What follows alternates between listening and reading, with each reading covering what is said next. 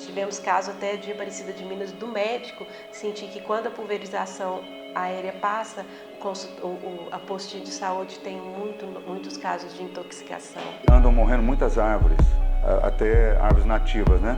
A gente sabe que essa pulverização via aérea realmente é um problema que parece que não vai se mudar por enquanto. Eu acho que esse trabalho vai ser muito importante porque a gente tem que trabalhar nessa conscientização, porque não é só a visão do lucro, né? A gente tem que ver a nossa saúde também.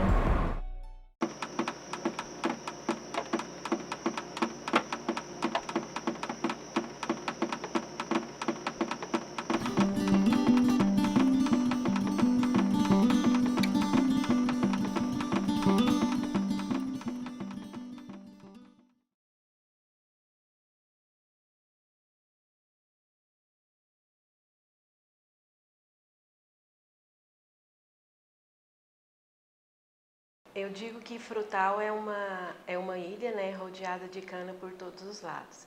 Então, nós temos um próprio enfrentamento do agronegócio com relação a políticas públicas a serem, né, aprovadas pela Câmara de Vereadores com relação à agroecologia. Atualmente, a gente trabalha tanto a agricultura convencional como a agroecologia em uma ação de investimentos única. Principalmente porque todo o nosso incentivo à produção agroecológica do município de Uberlândia, a gente sempre tenta captar os produtores convencionais, ou seja, aqueles que que é sabido que eles não têm interesse na produção agroecológica. A gente faz isso como uma forma de poder repassar algumas informações, alguns conceitos da produção agroecológica ou de sistemas agroflorestais para a produção convencional. Ou seja, pelo menos a redução da utilização de insumos bioquímicos, de agrotóxicos, de adubos químicos, a gente consegue fazer com que o produtor tenha uma redução. Pelo que eu saiba, eu não sei, não há nenhum tipo de levantamento sobre a questão de controle do uso de agrotóxicos. Mas a agricultura convencional aqui no município ela é muito importante. Temos a área de cana, temos uma área de abacaxi também muito grande, né, de produtores de abacaxi. Não pode fechar os olhos e falar assim, tem que ser, tem que parar de utilizar o agrotóxico. Não, eu acho que tem que trabalhar de forma segura, né, trabalhar conforme as recomendações técnicas, né, o receituário agronômico. O uso excessivo de defensivos prejudica não só a questão do consumidor, mas o trabalhador que está ali, né, prejudica o meio ambiente, os mananciais. A gente pensa que esse uso, às vezes, excessivo e sem muito controle do agrotóxico, então ele pode gerar um problema muito grave. A gente tem notícias assim, do pessoal reclamando quanto às abelhas. Os apicultores aqui em Fronteira, e eu vejo também noticiários e documentários de outras cidades também, que os enxames de abelhas estão morrendo, né? Então, parece que está sendo muito acentuado essa morte, né? Então, toda vez que você tem uma aplicação de uma forma errada, né, uma superdosagem ou utilização no período errado, a gente pode ter uma intoxicação tanto do homem quanto do solo, da água, dos animais, né, de todo esse ecossistema. E a gente já tem alguns casos, né? Um caso bem interessante é o caso lá de Lucas do Rio Verde, no Mato Grosso, que tem uma pesquisadora também que estudou o leite materno em 62 mulheres e ela verificou 10 tipos de compostos químicos, né, proveniente desses defensivos. E ela achou em 100% algum tipo de agrotóxico. Então, mostrando que as mulheres lá, né, elas estão expostas a esse agrotóxico. Então, Lucas do Rio Verde é uma cidade altamente produtiva, né, e vai afetar o leite materno, que é o elemento mais nobre, né, o alimento mais nobre das crianças. Também a gente tem alguns casos do glifosato. Nos Estados Unidos tem duas pessoas que entraram contra, processando, né, a Monsanto por conta dessa molécula. O júri foi baseado em um monte de investigação, né, com depoimento dos pesquisadores, e foi constatado, né, pelo menos em primeira instância, que o câncer que eles adquiriram tinha relação com o uso do glifosato. Quais os principais desafios atuais para a produção agroecológica? A gente tem vários desafios, né? Em 2012 foi publicada a Política Nacional de Agroecologia e Produção Orgânica, que foi um marco muito importante, mas é muito recente, né? De 2012 para cá nós temos poucos avanços. Um dos grandes desafios que a gente tem é a formação de profissionais, tanto técnicos como de nível superior, para dar assistência técnica para os produtores, né? Como é muito recente, os produtores eles precisam desse auxílio inicial para saber como produzir, como fazer o controle de doenças, de insetos, de uma forma agroecológica, sem uso de defensivos químicos. Então, a gente precisa dessa especialização, desse nível técnico. Além disso, também, outras questões também que precisam ser melhoradas são as políticas de incentivo. Então, a gente precisa fazer um planejamento de políticas públicas que incentive, né, a produção agroecológica e orgânica.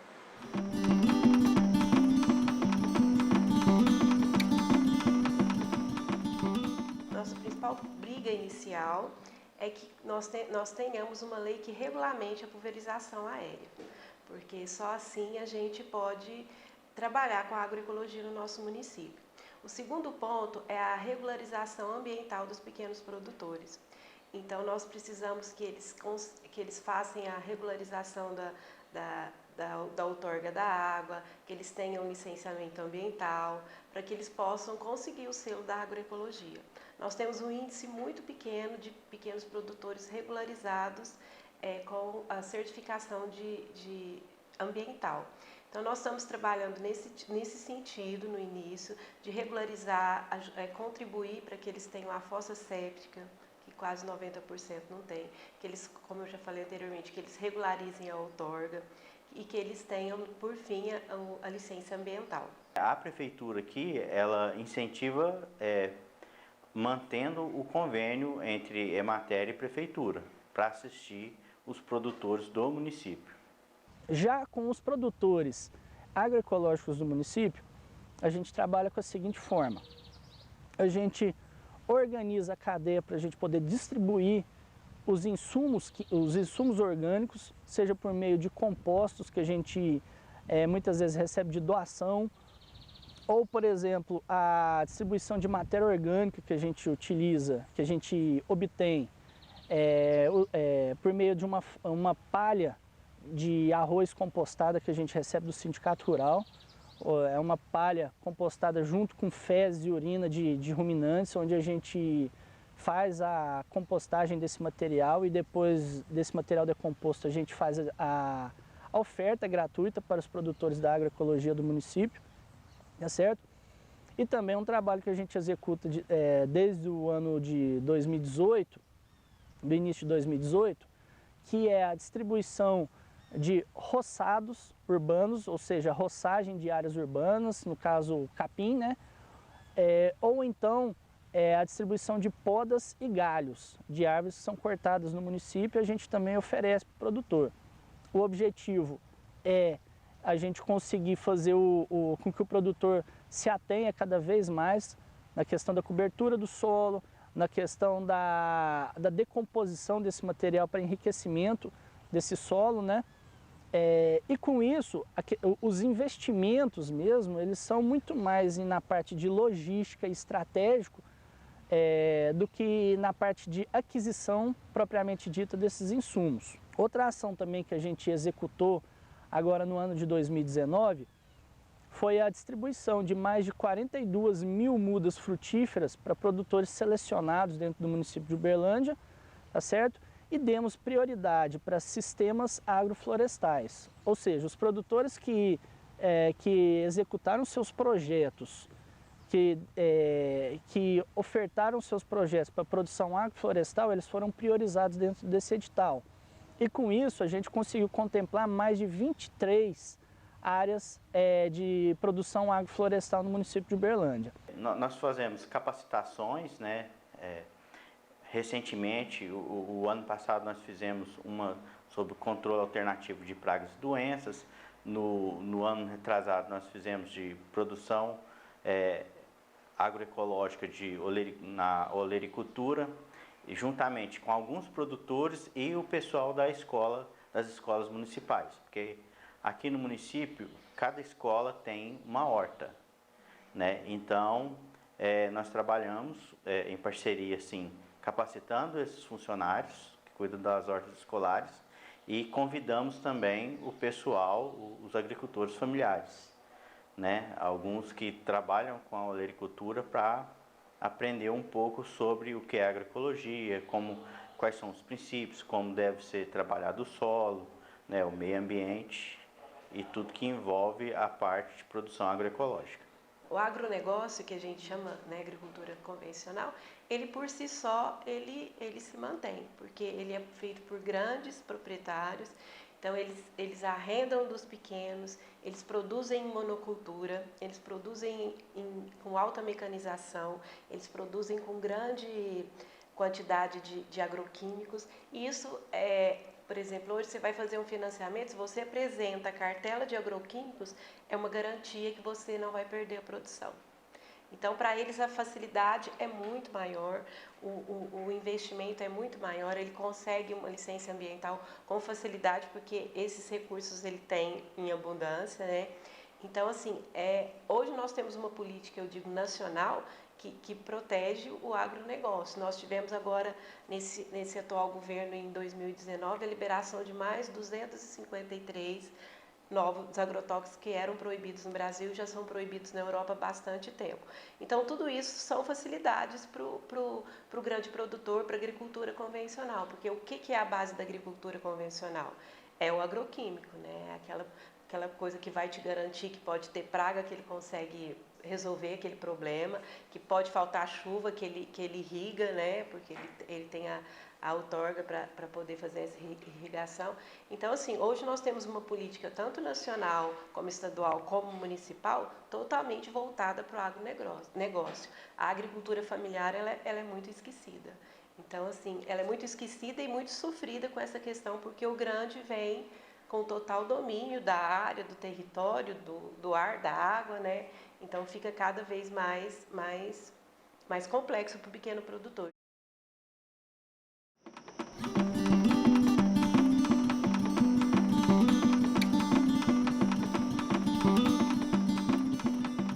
Eu sempre brinco que eu sou agricultora por excelência. Quando a minha mãe me teve, já morava no sítio, né? E eu vivi nessa fazenda onde eu cresci desde pequena até os 5 anos de idade. E nós mudamos para cá em 83. E eu nunca tive outra experiência na minha vida, a não ser morar no sítio e trabalhar com horticultura, que meu avô é agricultor, meu pai era agricultor, eu sou agricultora, meu filho é agricultor, então eu já estou na 4ª geração de agricultura. Eu cresci com a terra mesmo, minha família nunca foi muito de cidade, desde os meus pais, meus avós que me criou, né? Ele sempre gostou de uma relação muito com a terra. Sempre onde ele morou, plantava muita horta, nada comercial, mas sempre para casa, sempre plantou. Então, acho que isso já vem desde de menino, né? Desde ver eles fazer, né? Aí, com o passar do tempo, a gente foi desenvolvendo mais ainda, né? Foi gostando mais, você vai criando, né, o seu próprio perfil como agricultor e aí vai desenvolvendo a vontade de viver da terra, né? Que não é uma missão tão fácil hoje, mas como brasileiro a gente nunca desiste e tem brigado bastante para continuar na terra, né? Eu nascido e criei mesmo na terra mesmo, na zona rural mesmo, desde infância, desde pequeno. Eu só vim para a cidade quando eu vim estudar, porque eu aprendi a produzir hortelã junto com meu pai, lá em casa, na horta, ao longo do tempo. Porque eu estou na academia há 7 anos. Mas hortelã, há 13, eu vim produzindo para ajudar os pais em casa, para tudo, desde a infância. E nós aprendemos junto, eu e meu pai. Eu acho que o convencional foi muito importante, porque senão não tinha sentido antes.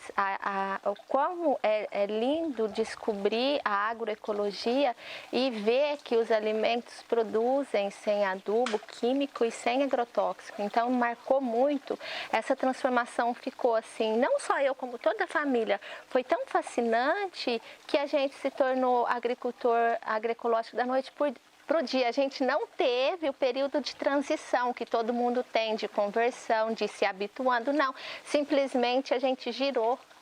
Quando eu emigrei, que eu fui muitos anos, né, viciado químico, que a gente sempre falou isso e muitos assustam. Mas eu dependia de química para a produção. E aí quando a gente descobriu que havia uma nova forma, havia não uma nova forma, mas uma forma que estava escondida, né? Que eu acho que a própria... como eu falo assim, as indústrias, e não deixa que essa informação chegue ao agricultor, que há uma forma de produção que você é independente, livre. Então, aí quando a gente descobriu que eu poderia ser livre, que eu não dependeria mais de agrônomo, não dependeria mais da cidade para comprar os insumos, que eu poderia criar a minha metodologia, né, e criar o meu espaço e crescer. Isso foi mágico, porque você imagina só, de onde você dependia de nitrogênio, fósforo, potássio, que é o NPK, que é a base de tudo hoje, onde você vai falar de agricultura. E de repente você depara com agricultura que eu não dependo de NPK, que eu consigo fazer isso tudo dentro da propriedade. Então, até entanto, foi uma briga muito grande, porque o difícil não é aprender agricultura orgânica, agroecológica, né, ou biodinâmica. O difícil é desaprender a forma que a gente foi ensinado, né, que eu dependeria daquilo, que sem aquilo eu não consigo produzir. Então é você quebrar uma metodologia que foi implantada na cabeça do produtor, sem veneno você não produz. E depois de repente você está de frente com alguma coisa que fala, não, você não depende disso para ser produtor. Então o mais difícil não é entrar nesse mundo, é sair do mundo anterior.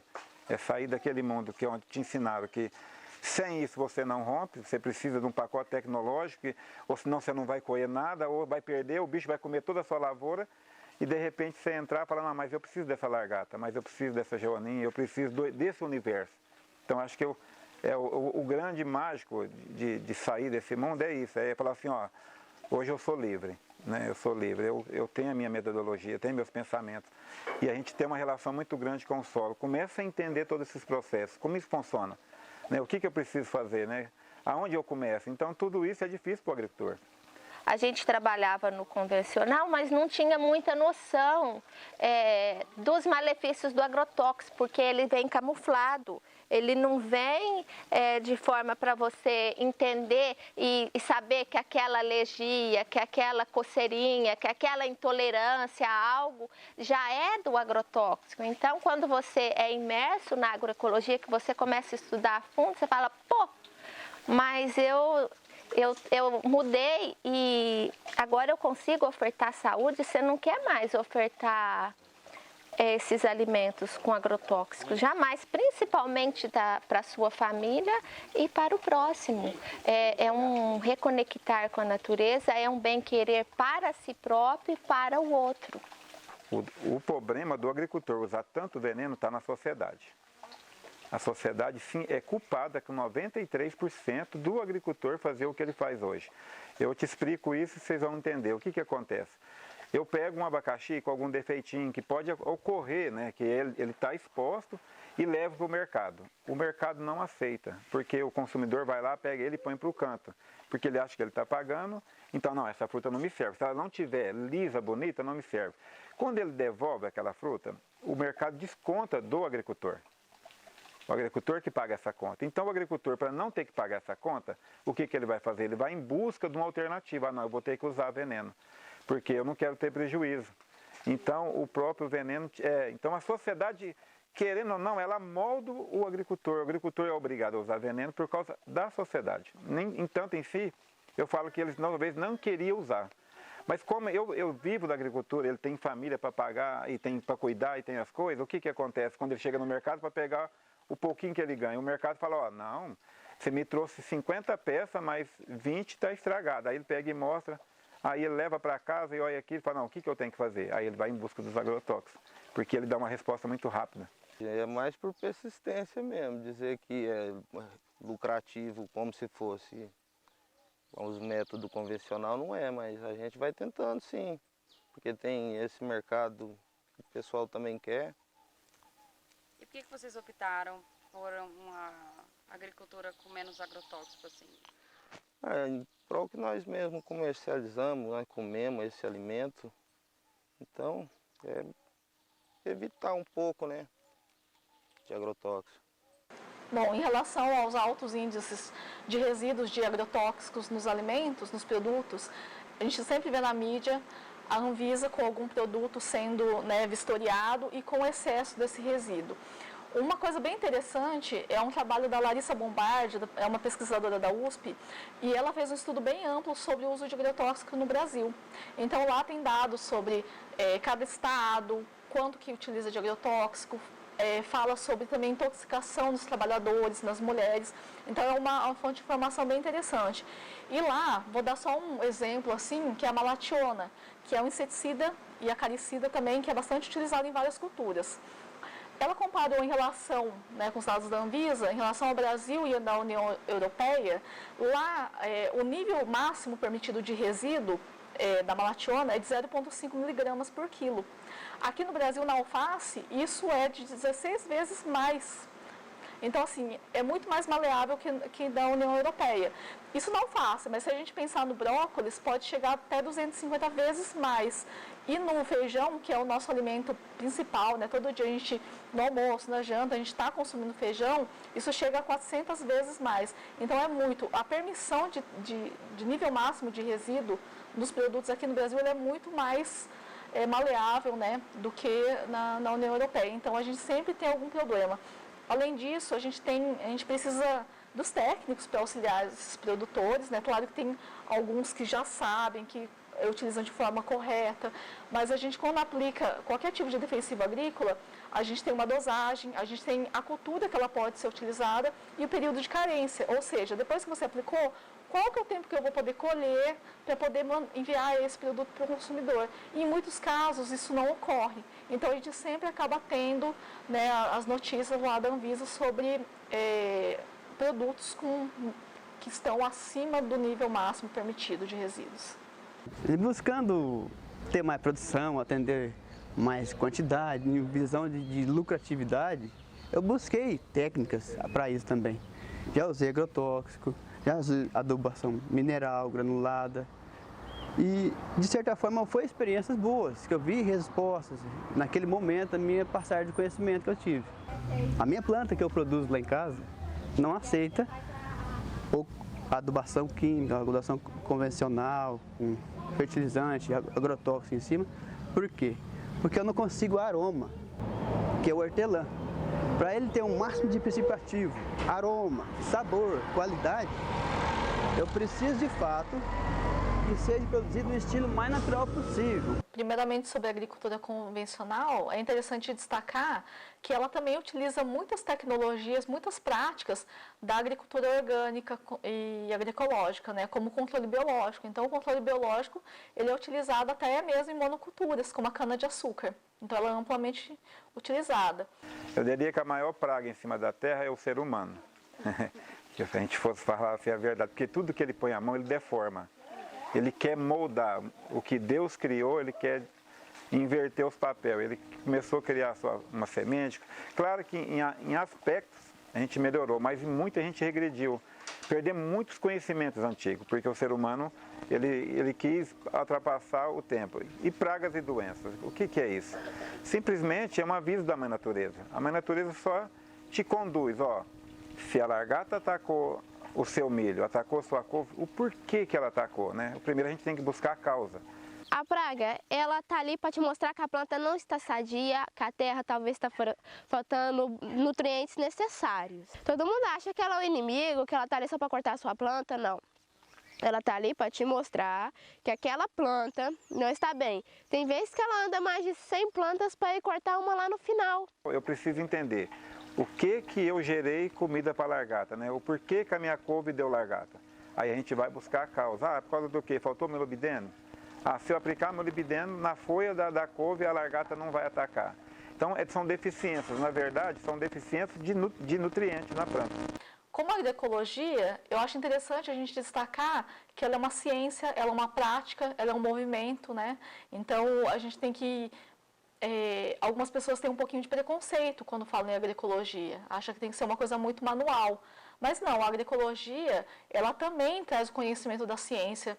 Então, por exemplo, a gente pode usar o maquinário para facilitar, né, a vida do produtor rural. A gente pode usar o GPS para marcar as áreas. Então, toda essa tecnologia também, ela é bem-vinda na agroecologia. É claro que ela é menos acessível para esse produtor que, em geral, é de agricultura familiar, é um pequeno produtor. Mas ela deve ser reconhecida. E a gente usa dentro da agroecologia todos os saberes, tanto o saber científico, que vem da academia, das universidades, mas também o saber popular. Então, o saber indígena, quilombola, ribeirinho, tudo isso é agrupado e utilizado nas práticas de agroecologia.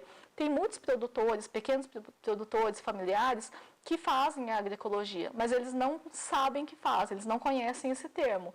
Mas a gente precisa chegar nesses agricultores, né? Nessa agricultura familiar, porque essa agricultura ela tem um potencial enorme para se tornar agroecológica, orgânica e sim produzir alimento para a nossa população.